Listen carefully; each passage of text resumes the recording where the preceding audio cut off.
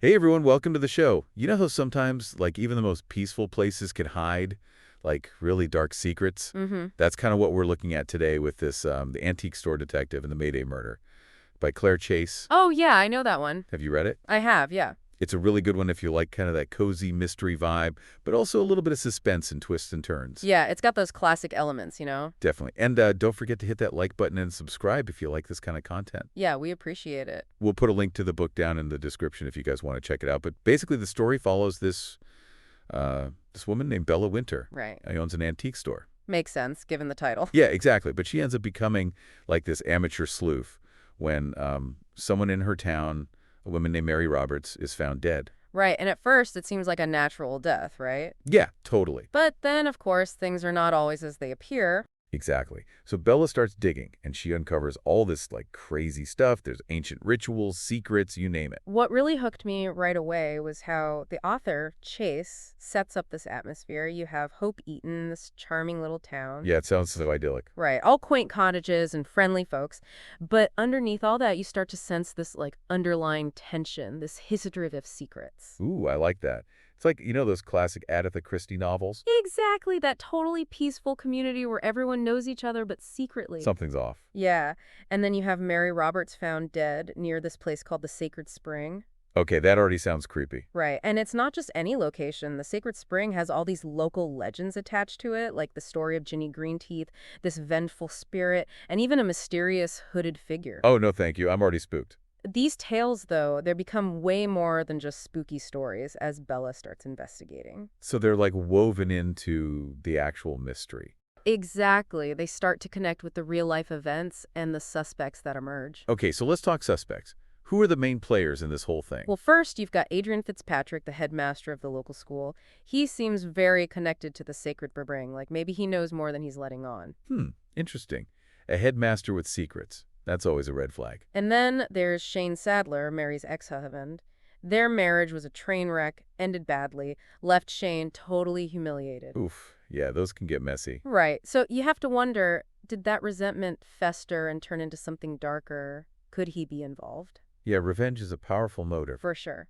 And then we can't forget about Noah Eldworth. Okay, who's Noah? He's got this history of petty theft and actually holds a grudge against Mary for reporting him to the police years ago. Oh, so there's already bad blood there. Yeah, and his behavior at the Mayday Festival, plus his link to this creepy effigy they find at the spring, it all raises some serious questions about his involvement. Okay, lots of suspicious guys so far. Are there any women we should be keeping an eye on? Oh, absolutely. You've got Fiona Fitzpatrick, Adrian's wife. At first, she comes across as Mary's best friend. Okay, but But there are these weird moments where her actions don't match her words. It's almost like she's, well, relieved that Mary's gone. ooh, that's a big red flag. Right. And then there's Olivia Ellsworth. She's Noah's stepmom, and she's caught up in this whole blackmail scheme, terrified of someone, even begs Mary to drop her investigation at one point. Wow, so she knows something. Yeah, the question is how much, and could that knowledge have gotten her in trouble? This is getting good. So we got all these interesting characters, secrets brewing beneath the surface, and a death that might not be so natural after all. It's classic posy mystery, right? You think you're in a safe, charming little town, but then... Bam. Murder and mayhem. Exactly. What I love about how Chase writes is she slowly peels back the layers of these characters, revealing their secrets and vulnerabilities. Makes you wonder, do we ever really know anyone? That's so true. And I think that's why people love cozy mysteries so much. It's not just about solving a crime. It's about exploring those human relationships and the secrets we keep. Totally, like a commentary on society almost, but disguised as this fun whodunit. I love that. And in The Antique Store Detective, the setting of Hope Eaton itself becomes a character, right? For sure. With all its history and legends, it adds this whole other layer of intrigue. Oh, and we can't forget about Opal. Right, the mysterious Opal. Living out in the woods all by herself. Clearly knows way more about this town and its secrets than she lets on. She's like the guardian of Hope Eaton's history, someone who understands the power of the past. But is she an ally or a threat? We'll have to see. This is getting so good. All right, so we've got our cast of characters, a mysterious setting, and a death that's looking more and more suspicious by the minute.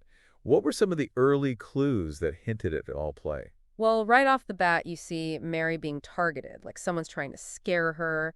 She finds pondweed on her doorstep, which, according to local folklore, symbolizes death. Uh-oh, that's not a good sign. Nope. And then she runs into a hooded figure in the woods. That image is directly linked to the legend of the sacred spring. Okay, that's just creepy. And then there's the effigy they discover at the spring. It's super chilling, clearly meant to frighten Mary. Makes you think, was someone trying to scare her to death, or was there a more direct threat? I'm already hooked. I love how Chase blends those supernatural elements with the very real danger Mary's facing. Right, it keeps you guessing. What's real and what's imagined? Is it all connected to the legends, or is someone cleverly manipulating them for their own benefit? Yeah. And then you have the missing evidence. Mary's camera disappears, and some specific photos are gone from her collection. It makes you wonder, what did she see or photograph that someone wanted to erase? Did she accidentally capture the killer? Or was it something else entirely, something that threatened to expose their secrets? And on top of all that, there's the blackmail note they find among Mary's things. She was writing a note, threatening to expose someone's secrets. The question is, who was the intended recipient? And did this lead to her death? Maybe the blackmailer took drastic measures to protect themselves. Ah, so many questions. This is like a puzzle where every piece you find just leads to more questions. And as we get deeper into these characters' lives, you realize they all have something to hide, which makes it even harder to tell who's innocent and who's capable of murder. I am dying to know what happens next. This is so good. It's crazy how much this whole mystery ties back to that May Day festival and those legends about the sacred spring. Totally.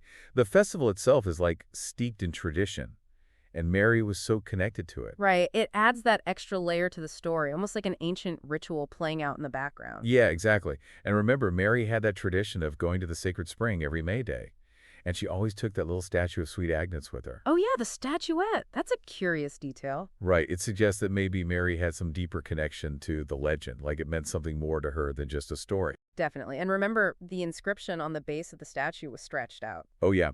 Like Mary was trying to hide something about where it came from or what it meant. Exactly. It's like, what was she hiding? Could that be a clue? Okay, speaking of clues, there was that one line that totally threw me for a loop. Remember when someone said, knowing the blood with theatrical mum have helped? Oh, yeah, that was a good one. Chase really knows how to throw in a red herring. At first, I was thinking about staged performances. Like maybe it was connected to the May Day festival or even Adrienne being a drama teacher. Totally. It seemed like it was pointing us in that direction, right? Yeah, but then as you keep reading, you realize that theatrical blood has a much darker, more literal meaning. Yeah, it's like she's playing with our expectations. Exactly. It makes you think about how the scene of Mary's death might have been staged, like someone was trying to make it look like something it wasn't. Totally. It's like that classic mystery trope of, perception versus reality. Makes you question everything you see. Right, and just when you think you're starting to figure things out, Chase throws in another twist. Olivia Ellsworth gets killed in a hit and run. Oh man, yeah, that definitely raises the stakes. Now we've got two victims, and you have to wonder, are these deaths connected? Right, it adds a whole new layer to the investigation. For sure. And the police immediately suspect Noah. Well, yeah, with his history of stealing cars and all the tension with Olivia, he's an obvious suspect. Right. But don't forget, Shane was involved in some shady stuff too, and we know he was in contact with Noah. It makes you wonder, could they have been working together? And they both had reasons to want Olivia quiet. Exactly. Olivia was trying to keep Noah out of trouble, and she knew about Shane's illegal activities. Like she was caught in the middle. Yeah, and her death just throws a wrench in everything. Was she just a casualty, or was someone specifically targeting her? It's a classic case of too many suspects with overlapping motives. I know. It keeps you guessing the whole time. One thing I really like about Chase's writing is how she shows the complicated relationships people have, especially within families. Like, you see the tension between Noah and Olivia, the bad blood between Shane and Mary, even Adrienne and Fiona's, who seem so perfect, have their issues. Right. And it's not just surface level stuff. She really digs into the secrets and betrayals that can fester within a family. Adds this whole psychological element to the mystery. Yeah, it reminds you that even those picture-perfect families can have some really dark stuff going on underneath. Speaking of Fiona, her example throughout the whole book is super interesting. She's supposed to be Mary's best friend, but sometimes it's like she doesn't even care that Mary's gone. Yeah, like remember when she didn't want to talk about that missing Sweet Agnes statue? And how she reacted to Mary's death. It was so weird, almost like she was relieved. Yeah, and those little inconsistencies make you wonder, what's her deal? Could she have wanted Mary gone? Maybe. Remember, we find out later that Adrienne had an affair with Edwina. So maybe Fiona knew and saw Mary as a threat to her marriage and her social status. Oh, totally. That makes a lot of sense. And there was that scene where Bella sees someone leaving the Fitzpatrick's house late at night. We think it might be a woman. Could that have been Fiona confronting Adrian about the affair? That is suspicious. It definitely suggests that something was going down at their place that night, something they didn't want anyone to know about. It makes you think, did Fiona know about Adrian and Mary's death? Or was she involved somehow? So many possibilities. And then you've got Bea West. Oh yeah, Bea, the mystery witness. She claims she saw Adrian at Mary's house the night she died. But the police don't believe her, right? Because Adrian has an alibi. Yeah, it's like her story just doesn't add up, but Bella starts to think that maybe Bea isn't telling the whole truth. Like maybe she's leaving something out. Why would she lie about something like that? That's the million-dollar question, right? Is she protecting someone? Or is she trying to manipulate the investigation for her own reasons? It's like she's got her own agenda. Yeah, and then she disappears, which makes everything even more suspicious. Like every time you think you're getting close to the truth, something else pops up and throws you off track. Totally. And through it all, you have Bella just determined to find out what really happened. She's not giving up. Her dedication is impressive, especially with Sienna Hurst trying to sabotage her and spread rumors. Oh, yeah, Sienna, don't forget about her. Like Bella's fighting battles on multiple fronts. Exactly. But it makes her pursuit of justice for Mary even more compelling. Like she understands what it's like to be wronged and wants to make sure the truth comes out. Yeah, it adds a personal layer to the whole story. It makes you think about how our own experiences can shape how we see the world. Totally. And as we get closer to the end, you can't help but wonder, will Bella be able to piece everything together? Will she find the killer? And what's the price of truth? Will she be okay in the end? I can't wait to find out. Okay, so last time we were talking about Bea West, the one who claimed she saw someone at Mary's that night. Oh, right. And then she disappeared. It's so weird. But you know what I think is interesting? Bella doesn't just dismiss her, like the police did. Yeah, she sees something more there, right? Exactly. Like she senses Bees is scared of something or someone. And I think because of what Bella's been through herself, with people not believing her, she gets it. Like she understands why Bea might not be telling the whole truth. It's like she sees a bit of herself in Bea, maybe. Maybe. And that empathy, that's kind of what helps her finally get to the truth of what Bea really saw that night. And what was it? Spill the tea. Well, Bea wasn't lying about seeing someone at Mary's, but get this, it wasn't Shane she was watching. It was her own mother, Edwina. Whoa, wait, Edwina, as in Adrian's Edwina? The one and only. Wow, so they were having an affair. Yep. Talk about a bombshell. No kidding. This totally changes things, doesn't it? It gives Fiona a motive. Maybe that's why she was acting so weird about Mary. Right. It all kind of clicks into place.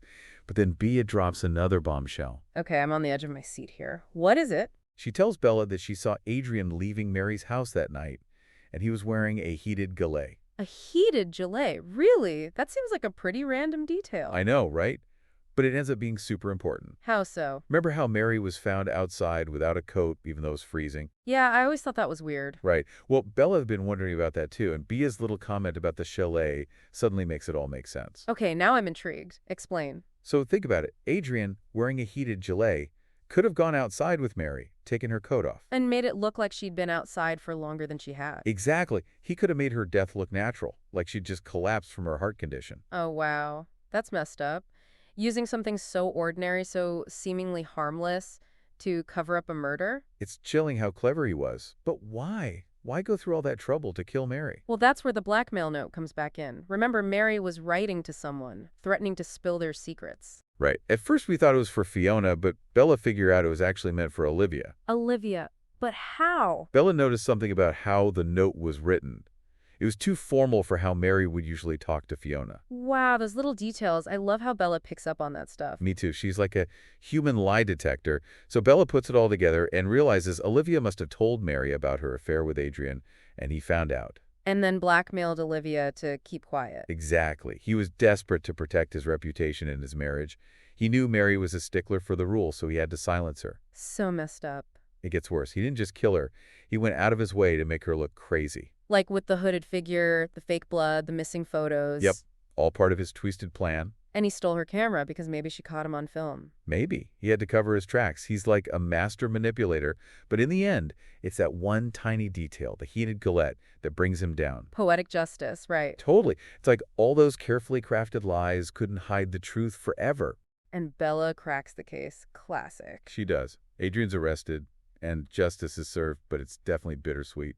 2 people lost their lives because of his actions. Yeah, Hope Eaton will never be the same. It's like under that charming surface, there was this darkness all along. Exactly, and that's a wrap on our deep dive into the antique store detective and the Mayday murder. What a wild ride. It was. What did you guys think? What was your favorite part? Let us know in the comments. And if you liked this episode, please share it with your friends. We'd love to hear their theories too. We'll be back soon with another deep dive into the world of mysteries, so stay tuned. Until then, keep those detective brains working.